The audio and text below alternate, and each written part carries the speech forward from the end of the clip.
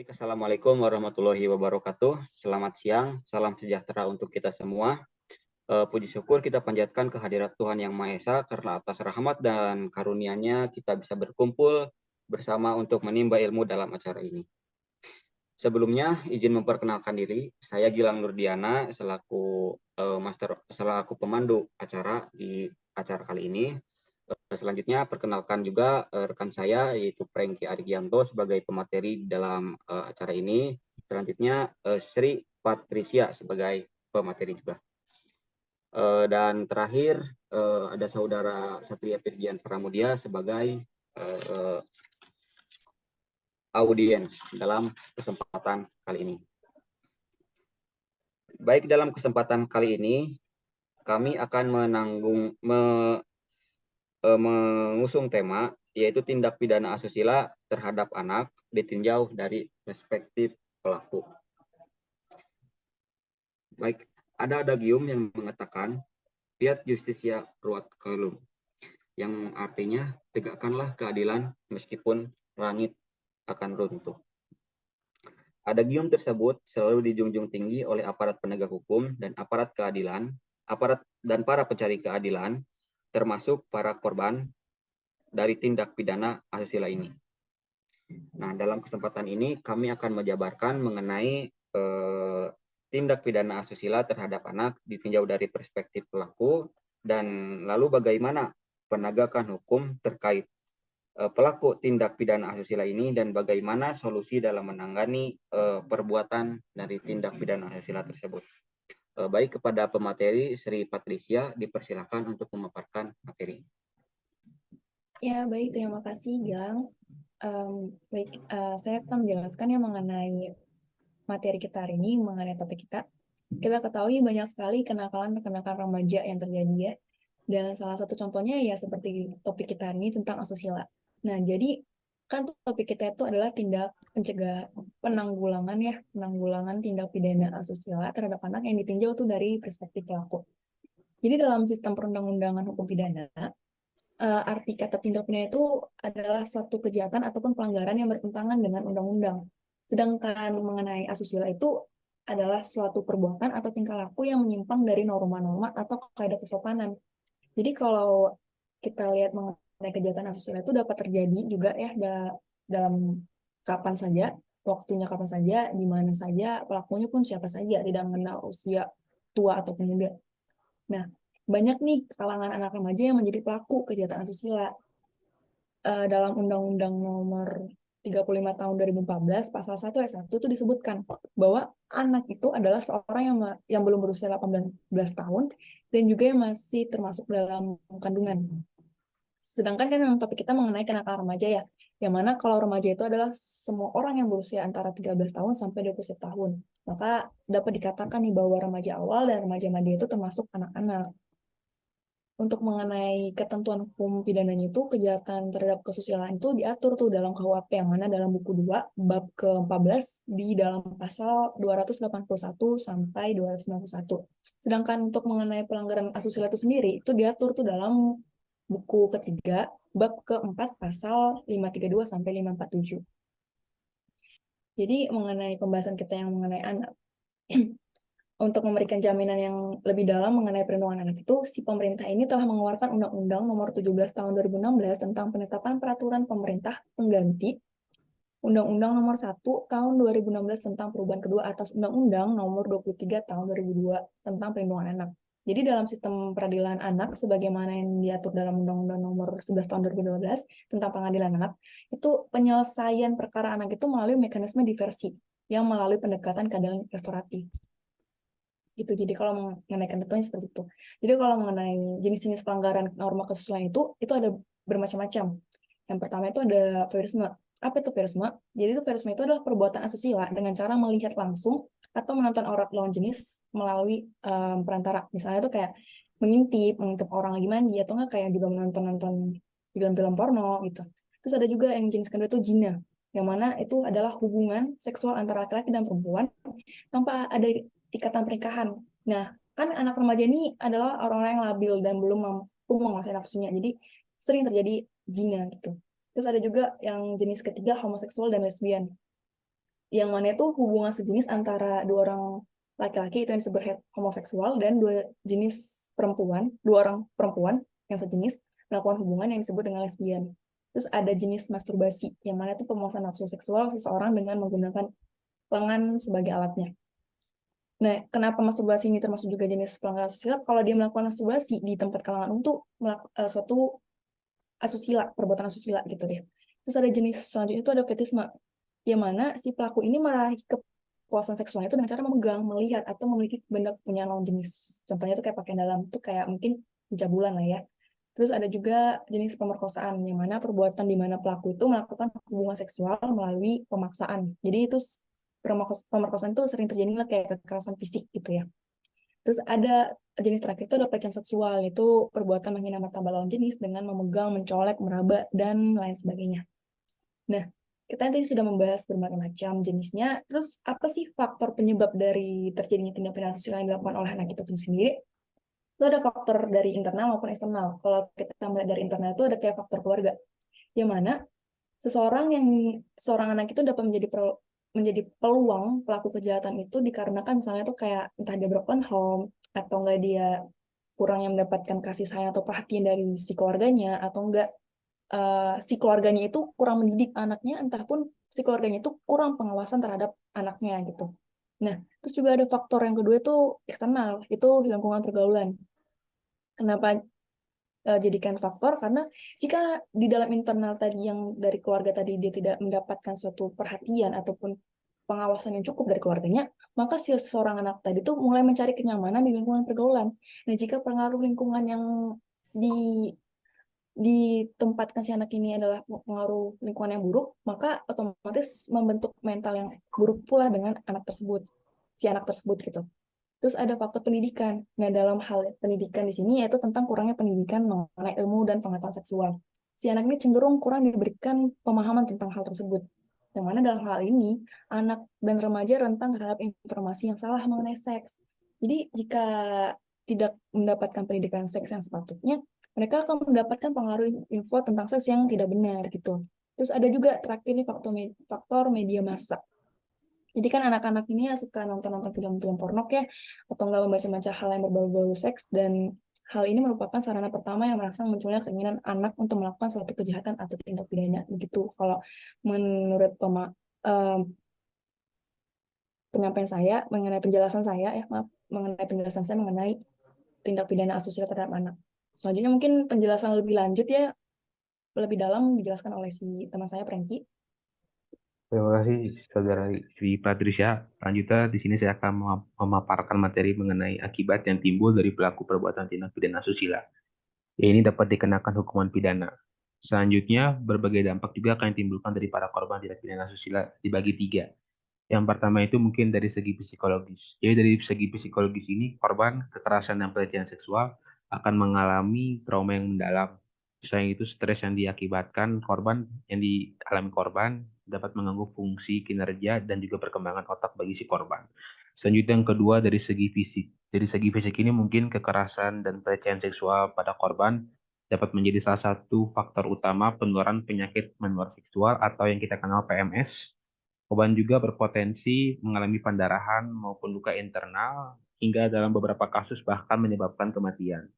Selanjutnya yang ketiga atau yang terakhir dari segi sosial, jadi dari segi sosial ini korban kekerasan dan pelecehan seksual ini akan dikucilkan dari dalam kehidupan sosialnya sehari-hari. Selanjutnya saya akan memaparkan mengenai upaya penanggulangan tindak pidana asusila. Jadi upaya penanggulangan tindak pidana asusila ini dapat dilakukan secara preventif maupun represi. Preventif itu berarti upaya pencegahan kejahatan untuk pertama kalinya yang ditanamkan pada diri seseorang sejak dini. Nah, sedangkan represif itu yaitu upaya yang dilakukan ketika suatu kejahatan sudah terjadi. Dalam hal ini, upaya preventif yang dapat dilakukan itu ada tiga. Yang pertama itu secara individu. Jadi secara individu ini diharapkan dilakukan oleh setiap individu untuk terus mencoba agar dirinya tidak menjadi korban kejahatan, khususnya tindak pidana asusila. Seperti bisa dengan cara menghindari pakaian yang dapat menimbulkan rangsangan seksual terhadap lawan jenis. Ataupun yang kedua, tidak tidur bersama dengan anggota keluarga yang berlainan. lawan jenis ketika sudah dewasa. Selanjutnya pada masyarakat. Jadi pada masyarakat ini dapat dilakukan dengan cara melakukan penyuluhan seperti dilakukannya ceramah-ceramah yang dibawakan oleh tokoh masyarakat di lingkungan tempat tinggal setempat. Dan yang ketiga ada usaha yang dilakukan oleh pemerintah. Dalam hal ini pemerintah melakukan penyuluhan hukum. Upaya ini dilakukan karena kesadaran masyarakat masih banyak, apalagi terhadap remaja, masih mungkin relatif rendah, sehingga dengan adanya kegiatan penyuluhan hukum ini diharapkan mereka dapat memahami dan menyadari bahwa tindak pidana asusila itu merupakan perbuatan melanggar hukum serta merugikan diri mereka sendiri dan juga sudah diancam dengan peraturan undang-undang yang ada. Selanjutnya juga dari usaha pemerintah dapat melakukan penyuluhan keagamaan, yaitu dengan mengundang para tokoh-tokoh agama untuk melakukan penyuluhan bahwa tindak pidana asusila ini tidak sesuai dengan agama dan pasti ada hukumnya di akhirat. Dan selanjutnya upaya penanggulangan tindak pidana asusila secara represif. Jadi secara represif itu mungkin penanggulangannya dilakukan secara represif dapat dilakukan oleh aparat penegak hukum berupa penjatuhan dan pemberian sanksi pidana kepada pelaku kejahatan. Nah, dalam hal ini dapat dilakukan oleh para kepolisian, aparat kejaksaan, pengadilan, dan juga lembaga pemasyarakatan. Mungkin sekian pemaparan materi saya lanjutkan kepada MC. Baik, terima kasih. Tadi telah dipaparkan bahwa tadi telah dijelaskan bahwa tindak pidana asusila adalah suatu perbuatan yang menyimpang dari norma. Dengan kata lain, perbuatan asusila adalah suatu perbuatan yang melawan hukum. Dan tadi sempat disinggung pula bahwa pelaku tindak pidana asusila ini bisa menjerat anak maupun orang dewasa. Yang mana apabila pelakunya adalah orang dewasa dapat dijerat dengan ketentuan pasal yang ada di dalam KUHP. Dan untuk pelaku anak sendiri bisa dikenakan sanksi sesuai dengan yang diatur di dalam Undang-Undang Perlindungan Anak. Namun untuk pelaku anak tersebut dapat melalui upaya diversi yang mengedepankan keadilan restoratif. Nah, tadi dijelaskan juga mengenai faktor atau latar belakang atau sesuatu yang melatar belakangi tindak pidana asusila, yakni ada faktor internal dan juga faktor eksternal serta faktor pendidikan. Di mana faktor internal itu berasal daripada keluarga, yaitu disebabkan karena suatu hubungan keluarga yang kurang pengawasan atau hubungan yang kurang harmonis. Selanjutnya ada hubungan eksternal yang disebabkan oleh faktor pergaulan dan pengaruh lingkungan yang buruk. Kemudian ada yang terakhir adalah faktor pendidikan, yakni kurangnya edukasi terkait pendidikan seks, pengetahuan akan seks begitu. Nah, dijelaskan pula tadi bahwa ada bentuk-bentuk dari perbuatan asusila, yakni salah satunya adalah zina, masturbasi, pemerkosaan dan lain-lain. Nah, tadi sempat disinggung pula mengenai dampak psikologis, dampak-dampak yang ditimbulkan dari perbuatan asusila, yakni ada dampak psikologis, dampak fisik dan juga dampak sosial. Yang mana dampak psikologisnya ini dapat berupa suatu bentuk trauma yang berkepanjangan bagi korban. Kemudian dampak fisik bisa luka ringan berupa luka-luka baik itu ringan ataupun berat, maupun yang paling parah adalah adanya terjangkitnya penyakit menular seksual. Kemudian dari faktor sosial adalah bagi si pelaku ataupun korban akan dikucilkan dari lingkungan masyarakat. Nah, baik, maka daripada itu bagi para audiens yang ingin bertanya dipersilahkan dari pemaparan yang telah kami sampaikan tadi. Baik, terima kasih kepada Saudara MC.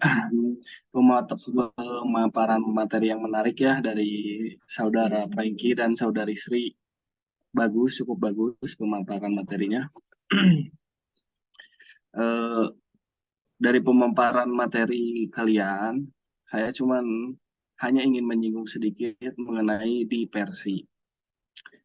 Sebetulnya apakah pantas jika pelaku di bawah umur yang melakukan kekerasan seksual hanya menyelesaikan masalahnya dengan diversi.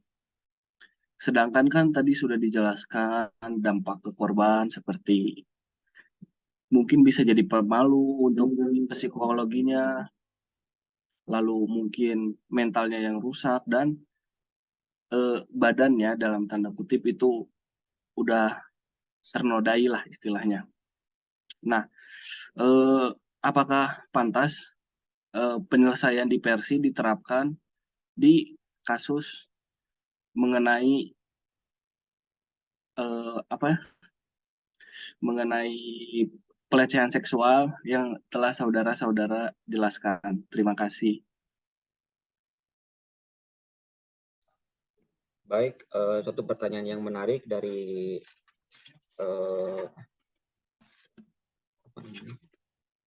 audiens mengenai keefektifan diversi terhadap penanggulangan tindak pidana asusila. Ya.